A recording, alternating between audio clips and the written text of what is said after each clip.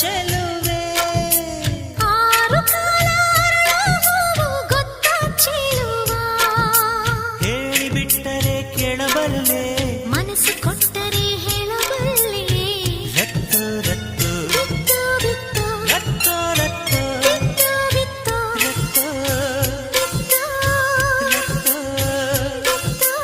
ಯಾರು ಕಾಣದ ಸಪ್ತ ಸಾಗರ ಗೊತ್ತಾ ಚೆಲುವೆ